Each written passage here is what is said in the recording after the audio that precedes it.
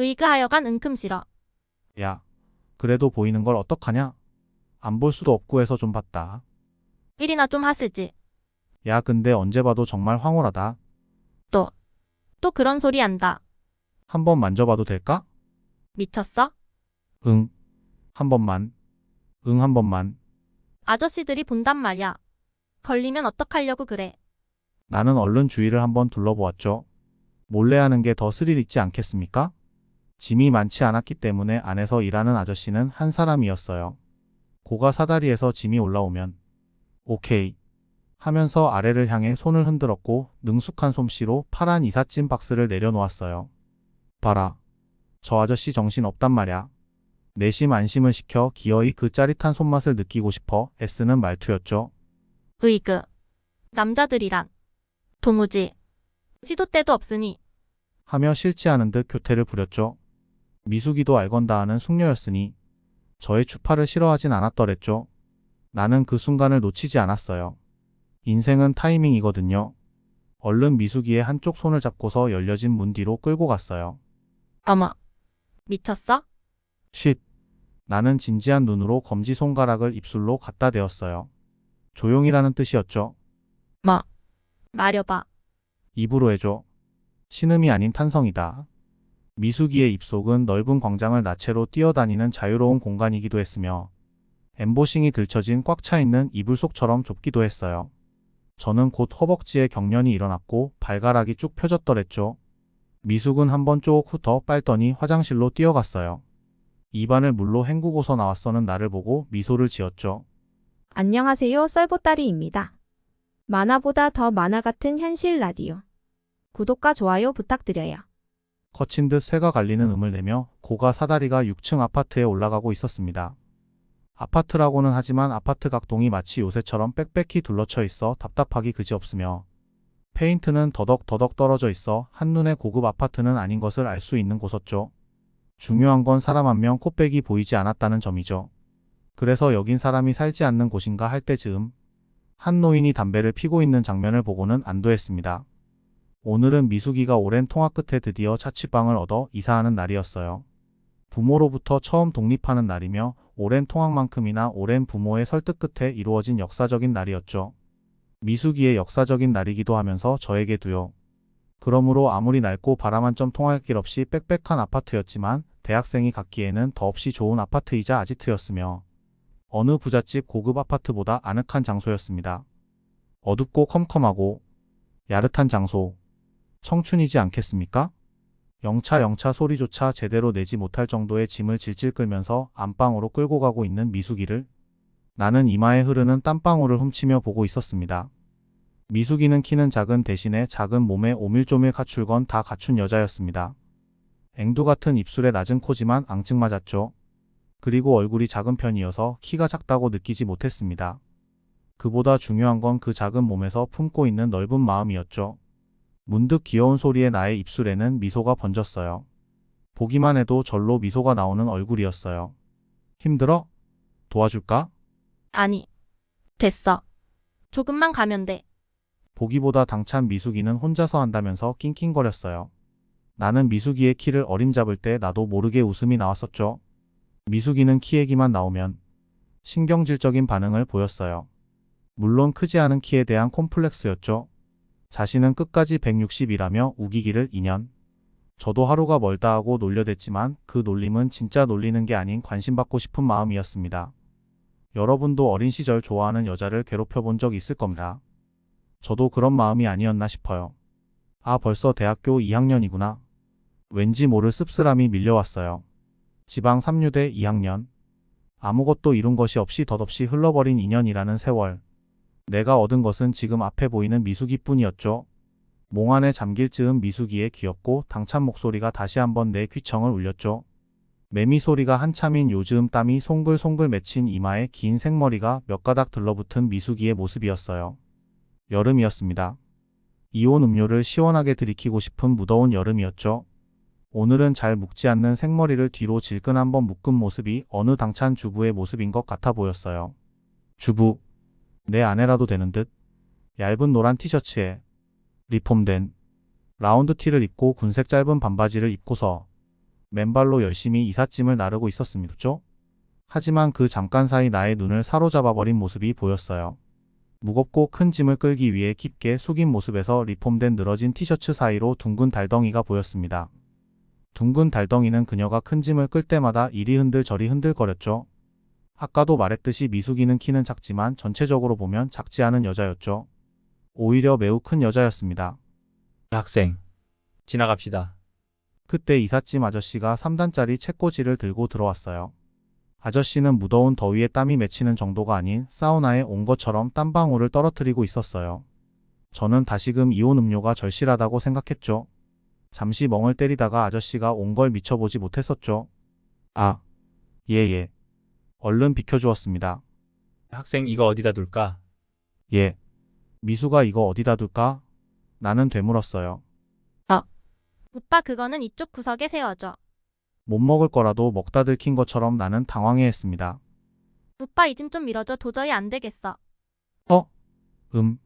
나는 얼른 들고 있던 옷걸이를 한쪽 구석에 세우고서 미숙이 앞으로 갔어요.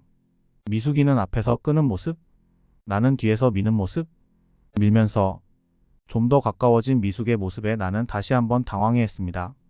미숙이의 깊게 숙인 모습에 달덩이 같은 땀에 젖은 모습들이 자세히 보이기 시작했어요. 정말 키에 비해 심하게 큰 마음이다. 땀이 흐르는데 그 땀의 행방은 알 수 없었습니다. 단지 미숙이만 알 뿐이었죠. 난 저 마음을 볼 때마다 행복감이 들었어요. 제 취향을 말할 것 같으면 마음이 작은 여자는 싫습니다. 자고로 여자라면 큰 마음. 그래요, 넓은 마음씨를 가지고 있어야 했죠. 그래야 끌리더라고요. 왠지 마음을 작은 여자를 보고 있으면 마음 한켠에 짠해지는 게 같은 남자를 보고 있는 것 같아 도저히 안 되겠더라고요. 그런데 우리 미숙이는 큰 마음에 예쁜 얼굴, 그리고 그 옆에 있는 나, 행복하지 않을 이유가 없었겠죠? 도대체 무얼 먹고 저리 자랐을까? 한 손으로 쥐다 못해 손가락 사이로 아름다운 달덩이 빛이 새어나올 정도였어요. 피부는 뱀피부라고 할까 희다 못해 푸른 핏줄이 보일 정도였으며 나의 거친 손길도 여과 없이 미끄러뜨릴 정도로 매끈했습니다. 남자들에게 이 핏줄이 로망 아니겠습니까? 저는 침을 꿀꺽 삼켰어요. 미숙이와는 비디오방에서 뽀뽀 정도는 할 정도의 사이였지만 아직 그 미지의 세계까지는 끝까지 가보지 못했었더랬죠. 비디오방에서 미숙이는 그 미지의 세계로 가는 길은 철철하게 방어했습니다. 저에게는 열쇠가 필요했었죠. 미숙이의 세계로 들어갈 열쇠를 말이죠. 그래서인가? 언제나 나는 고파 있었습니다. 맛있는 음식을 보고 배고프지 않은 사람이 있다면 이미 배부르게 먹은 사람이겠죠. 저는 아직 한 젓가락밖에 못 먹어봤으니 배가 두 배로 고픈 거였습니다. 미숙이의 노란 티셔츠 사이로 보이는 마음은 정말 황홀했습니다. 더욱 대단한 것은 뒤뚱뒤뚱 움직일 때마다 이리 흔들 저리 흔들거리는 모습은 리얼리티했거든요. 실제로 보셨다면 곧바로 화장실에 달려가셨을 겁니다. 미숙이가 입고 있는 옷은 달덩이를 다 숨기지도 못하고 마치 걸쳐있는 듯한 모습에 애처로움까지 느껴졌어요. 두 덜덩이는 서로 만나고 있었고 만난 사이에는 깊이를 알 수 없는 협곡이 있었고 그곳까지는 빛이 닿지 않는 곳으로 어두웠어요. 생각보다 더 깊고 더이었으며 더 컸습니다. 그 잰 선을 따라 깊은 선이 그어져 있었으며 선 주변으로는 휘 피부덕에 푸르스름한 실핏줄들이 쭉 서 있었고 마치 신성한 장소를 범하려 침입한 외부 세력을 제압하기 위한 병졸들이 일렬로 서 있는 듯 했습니다. 뭘 봐? 갑자기 미숙이가 물었어요. 나는 순간 당황해했죠. 아이코 오늘도 또 들켰네요. 사실 이렇게 쳐다보다가 들킨 적이 한두 번이 아닙니다. 그런데 안 쳐다볼 수 있습니까? 한국의 남성분들? 안 쳐다보는 건 미숙이에게도 잘못을 하는 것이고 저의 아래 친구에게도 죄를 지는 짓이거늘 저는 죄를 짓지 않으려 했습니다. 의그하여간 은큼 싫어. 야, 그래도 보이는 걸 어떡하냐? 안 볼 수도 없고 해서 좀 봤다. 일이나 좀 하시지. 야, 근데 언제 봐도 정말 황홀하다. 또 그런 소리 한다. 한번 만져봐도 될까? 미쳤어? 응. 한 번만. 응, 한 번만. 아저씨들이 본단 말야. 걸리면 어떡하려고 그래. 나는 얼른 주위를 한번 둘러보았죠. 몰래 하는 게 더 스릴 있지 않겠습니까? 짐이 많지 않았기 때문에 안에서 일하는 아저씨는 한 사람이었어요. 고가 사다리에서 짐이 올라오면 오케이 하면서 아래를 향해 손을 흔들었고 능숙한 솜씨로 파란 이삿짐 박스를 내려놓았어요. 봐라. 저 아저씨 정신 없단 말야. 내심 안심을 시켜 기어이 그 짜릿한 손맛을 느끼고 싶어 애쓰는 말투였죠. 으이그. 남자들이란. 도무지. 시도 때도 없으니. 하며 싫지 않은 듯 교태를 부렸죠. 미숙이도 알건다 하는 숙녀였으니 저의 추파를 싫어하진 않았더랬죠. 나는 그 순간을 놓치지 않았어요. 인생은 타이밍이거든요. 얼른 미숙이의 한쪽 손을 잡고서 열려진 문 뒤로 끌고 갔어요. 어머. 미쳤어? 쉿. 나는 진지한 눈으로 검지 손가락을 입술로 갖다 대었어요. 조용히라는 뜻이었죠. 미숙이는 이런 나의 모습에 어이가 없다는 듯 미소를 지었어요. 어린 시절 집안에서 숨바꼭질을 할 때면 꼭 숨었던 문 뒤. 문은 비록 열려졌으나 문 뒤로 숨었고 문틈으로 거실에서 일하고 있는 아저씨의 동태를 살피기엔 더없이 좋은 장소였어요. 생각만으로도 짜릿해지는 장소와 소리. 내 눈은 문틈과 미숙이의 눈. 그리고 가슴을 빠르게 오가며 쳐다보았죠. 이제는 멈출 수 없는 저돌적인 황소가 되어가고 있었고 얼른 미숙이의 입술을 훔쳤습니다. 피부 탓인지 거의 화장을 하지 않는 미숙이의 입술은 언제나 붉은색을 띠고 있었어요. 특히 아랫입술은 도톰했으며 유난히 붉은빛을 더했고 세로로 중나열된 줄이 각각이 숨을 쉬고 살아있는 생물체처럼 꿈틀대고 있었죠. 얼른 그 입술의 세로줄을 나의 혀로 주욱 밀며 침을 발라주었어요. 부드럽게, 최대한 부드럽게, 약한 소리를 내는 미숙. 미숙이의 아랫입술은 참으로 부드러웠다. 입안 목구멍 속은 미숙이의 혀가 기다리고 있었지만 나는 직접 가기 전에 마치 이리 오너라 하는 예전 문밖부름처럼 윗니와 위집술 사이 깊은 늪속을 먼저 헤매었습니다. 사실 저희 둘 다 능숙하진 않았습니다. 그저 영화에서 보고 드라마에서 본 걸 어설프게 흉내낼 뿐이었죠. 그 순간 나의 손은 어디로 향했을까요? 네, 맞아요. 아, 그 달덩이. 달덩이에 땀을 좀 닦아줘야겠다고 생각했음이죠. 짧은 숨소리였어요. 미숙이가 헉 하고 저의 눈을 응시했어요. 저는 그 사슴 같은 눈망울 뒤로 한 채 계속해서 땀을 닦아주고 있었죠. 야, 아파 너 죽을래? 알듯 모를 듯한 소리가 귀에 가까이 붙은 미숙의 입술에서 새어나왔어요. 아주 작은 소리였지만 문틈 사이로 보이는 아저씨의 분주한 몸놀림을 관찰했어요. 열심히 일하는 아저씨는 지금 우리들의 미래를 알 리가 없었죠. 나의 눈은 아저씨를 보고 있으니 묘한 흥분이 더할 뿐이었죠. 세상에 이렇게 부드럽고 탐스러운 모양이 있을까? 한 움큼 쥐었어요. 쥔손 사이로 여지없이 그녀의 달빛이 새어나왔고 그리고 그 달 중앙에 이어지는 뱀딸기. 너무나도 발그레한 색상. 하나 먹기도 좋고 빨아먹기도 좋은 모양이었죠. 마치 시골 길가 축축한 습지에서 쉽게 볼 수 있었던 먹을 수 없는 뱀딸기. 미숙의 전체적인 마음에 비하면 앙증맞았어요. 그 모습이 오히려 더 예뻤죠. 보고 싶어. 나의 말에 의아한 눈을 가진 미숙. 하지만 이내 말뜻을 알아차리고 이번엔 뒤돌아 미숙이 아저씨의 모습을 살피기 시작했어요. 그렇게 힐끗대는 미숙이를 보고 있자니 타고 있는 불씨에 장작을 마구 넣은 것 같았어요. 저에게도 피가 몰리면서 전투준비 태세가 준비된 그때 덜커덩. 내 눈은 문틈을 응시했고 순간 심장이 멎는 줄 알았습니다. 열심히 일하고 있는 줄 알았던 이삿짐 아저씨가 문틈 사이로 우리를 보고 있던 것이었죠. 얼른 눈치를 미숙이에게 주었고 둘은 순식간에 떨어져 정리를 했습니다. 서로 얼굴이 붉어진 채로 일을 마무리하고서 돈을 지불했어요. 알듯 모를 듯한 아저씨의 미소를 보면서 우리는 뒷정리를 위해 남아 있었어요. 남에게 들켰다는 부끄러움과 아직 할 게 남았는데 하지 못한 아쉬움이 반반씩 공존하고 있었죠. 거칠게 휴대폰 진동음이 울렸어요. 이삿짐을 대충 정리하고서 못다한 미래를 즐기고자 한껏 기대를 하고 있었는데 집에서 호출이 왔습니다. 남자는 배출하지 않으면 안 되는데 집에서 전화가 왔다는 것은 귀가를 의미했죠. 왜 이리 전화를 안 받냐? 엄마였어요. 친구 집에 있다 보니 말 끝을 흐렸는데 엄마는 더 집요하게 물어댔죠. 친구? 누구? 그냥 친구. 친구 집에서 뭐여? 잠깐 들를 일이 있어. 언제나처럼 엄마와의 대화는 특별한 목적이 없어요. 목적 없이 그저 서로를 확인하고자 전화를 하는 거였죠. 의무감처럼. 연인들 사이에서만이 의무감으로 전화를 하는 게 아닙니다. 난 부모님과의 관계에서도 의무감으로 대화를 한다는 것을 사춘기 때부터 깨닫고 있었습니다.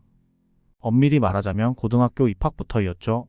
어머니는 항상 나에 대해 기대치가 높았는데 물론 말로 하다 안 되니 이제는 그런 말을 꺼내느니 의미 없는 말로 나에 대한 무언의 감시와 실망감을 표출하고 계시는 중입니다.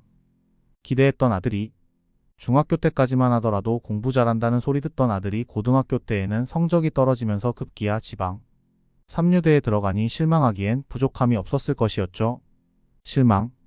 고등학교 때는 꾸짖음과 잔소리 타이름이 있었지만 이미 그 시기는 지나 있었다고. 자식의 미래에 대한 막연한 걱정과 두려움만이 남아있는 모정은 나를 더욱 의기소침하게 만들었어요. 언제 들어올래? 금방 갈게. 솔직히 금방 가고 싶지는 않았습니다.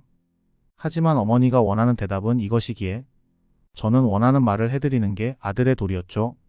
어머니? 전화를 끊는 것을 보고 있던 미숙이는 눈망울을 쫑긋 세우면서 물어보았어요. 웃음이 나왔죠. 미숙이는 아름다움과 섹시함보다는 귀여움으로 무장한 모습이었어요. 엄마의 전화로 우울했던 기분을 한 번에 풀어주는 미숙이었죠. 미숙이의 특징이 3가지가 있는데요. 첫째는 도톰한 입술이다. 입술은 양쪽으로 벌어지지 않았습니다. 크기로 따지면 양쪽 콧구멍 사이보다 약간 큰 길이로 벌어졌으나 아랫 입술은 유난히 밑으로 처진 듯이 두꺼웠어요. 둘째는 마음이다. 약간 어울리지 않을 만큼의 크기로 귀여운 몸집에서는 힘겨워 보일 정도였죠. 마지막으로 적당하지만 힙 라인이 마치 하늘을 바라보듯이 위로 솟구쳐 있었어요. 뭘 그렇게 생각해? 뭐야? 또. 은큼쟁이. 은큼. 참내. 내가 뭔 생각하는 줄이나 알아? 그러고 보니 네가 은큼한 생각하는 거 아냐? 멋이 어쩌고어쩌. 그러면서 미숙이가 나의 팔을 꼬집었어요. 키도 작은 게 손이 왜 이리 매운지. 아야, 너 정말 아프다. 그럼 아프라고 꼬집은 거지. 너 이렇게 노가다 시키고 열심히 일한 사람한테 그럼 안 되지. 일로 와. 난 험한 인상을 쓴 채로 달려들듯 덤볐어요. 귀여운 소리에 맞추어 도망갔죠. 당연 얼마 못 가 나의 소나기에 잡혔어요. 그리고서 두 팔로 힘껏 안았고 나의 목을 숙여 그녀의 등 쪽을 내려다 보았어요. 잠시 그렇게 서 있었죠. 제가 너무 미숙이의 외모만 칭찬했죠? 미숙이의 장점은 이런 것이었어요. 그녀는 나의 속을 잘 알고 있었고 나의 미묘한 감정 변화도 알아차리고 그에 대한 적절한 행동을 보여줬어요. 정말 결혼하고 싶은 여자였습니다. 지금 이 순간도 그래요. 어머니와의 짧은 대화 속에서 나는 왠지 모를 허탈감과 후회, 무능력감을 느끼고서 의지할 때라곤 미숙이의 품뿐인 연약한 남자란 이름의 나란 존재 허탈감을 미숙이는 아무런 대꾸 없이 그대로 받아주고 있었죠. 그거 아시나요? 남자는 외모를 봤을 때 끌리는 것보다 정신적으로 끌릴 때 정말 마음이 넘어간다는 것을? 미숙이는 둘 다 있으니 저는 복받은 놈이겠죠. 사랑해. 나는 이 순간만큼은 진실한 마음을 다해 깊은 심장 속에서 그 말을 꺼내었습니다. 정말 내가 사랑한다면 이런 게 사랑이구나 하는 만큼의 진심이었죠. 나도. 그러면서 우리는 서로 꼭 안았어요. 한참을 말없이 키 작은 미숙이의 머리칼이 제 코에 부딪히며 샴푸 냄새와 땀 냄새가 섞인 듯한 향기가 흘러들어왔어요. 어쩐지 포근해지는 그래서 더 놓고 싶지 않았죠. 그 순간에는 미래에 대한 불안감과 허망함이 묻혀 있었어요. 미래에 대한 불안감은 미숙이도 마찬가지였을 겁니다. 그런 의미에서 서로 의지했을 수도 있었겠지만 그 순간만큼은 그 누구의 사랑도 우리의 사랑보다 진실하지 않았을 것이었죠. 왜 그래? 왜 긁긴? 다 알면서. 힘내. 다 잘 될 거야. 내가 있잖아. 그래 네가 있기에 내가 지금 위안을 삼고 미치지 않고 있다. 그거 사실이야. 그러면서 미숙이의 눈을 한없이 내려다 보았어요. 그녀를 보고 있으면 온갖 걱정거리가 사라져버리는 그건 매직이었습니다. 넌 매직이야. 매직. 마술? 왜? 왜 내가 마술이야? 마술. 마술이 아니라 매직인데? 물론 같은 뜻이지만 왠지 마술보다는 매직이 지금 분위기와 맞는 것 같았어요. 직역하면 이상한 단어가 있잖아요. 한글을 사랑해야 하는데 어줍잖은 생각까지 잃은 나는 그냥 그렇게만 알고 있어. 싱겁기는. 하며 큐테스런 입술을 내밀었죠. 가볍게 입술을 훔쳤어요. 아마 저는 한국에서 제일 까는 도둑이 아닐까요? 아무런 대가 없이 귀중한 것을 훔치니까요. 나 지금 가봐야 돼. 힘들게 일해줘서 맛있는 거 사주려고 했는데. 저축해놔. 절대 안 잊어먹으니까. 아니 저축은 없이유. 그 대신 그 대신 뭐? 미숙이는 궁금하듯 물었다. 저기 뭐? 말여봐. 입으로 해줘. 신음이 아닌 탄성이다. 미숙이의 입속은 넓은 광장을 나체로 뛰어다니는 자유로운 공간이기도 했으며 엠보싱이 들쳐진 꽉 차 있는 이불 속처럼 좁기도 했어요. 저는 곧 허벅지에 경련이 일어났고 발가락이 쭉 펴졌더랬죠. 미숙은 한번 쪽 후 더 빨더니 화장실로 뛰어갔어요. 입안을 물로 헹구고서 나왔어는 나를 보고 미소를 지었죠. 나는 너무도 고맙고 사랑스러워 가볍게 안아주었어요. 고마워. 그녀는 말없이 내 등을 감싸줬어요. 그녀와의 행복한 시간을 보내고 나서 집으로 돌아왔습니다. 밥 먹었냐? 어머니의 물음이었죠. 먹었어. 난 간단히 대답을 하고서 얼른 그 자리를 벗어나고자 내 방으로 들어왔고 좁고 꽉 막힌 내 방 안에 들자 현기증이 났어요. 내 귀 속에서는 씌잉하는 소리가 났고 그 소리에 머리가 멍멍했어요. 왜 이리 방에만 들어오면 갑갑하고 귀에서 소리가 나 집중할 수 없고 졸리기만 할까? 그대로 침대로 나자빠져 들어누웠습니다. 한숨소리와 함께 오늘 하루도 이렇게 지나가는구나. 대학교 2학년이다. 이제는 무엇인가를 위해서 준비해 나가야 할 시점이었죠. 하지만 멍한 기분에 도무지 정리가 되질 않았어요. 천정에 붙어있는 벽지 그림은 나란히 정렬된 일정한 꽃그림이 있었지만 서로 휘감고 돌기 시작했고 다시 현기증이 일렀습니다. 나는 나의 머리를 내리쳤고 병신 같은 놈 자학하듯 나 자신에게 욕설을 퍼부었습니다. 그때 방문이 열리고서 어머니가 들어왔어요. 뭐하니? 그냥 누워있어.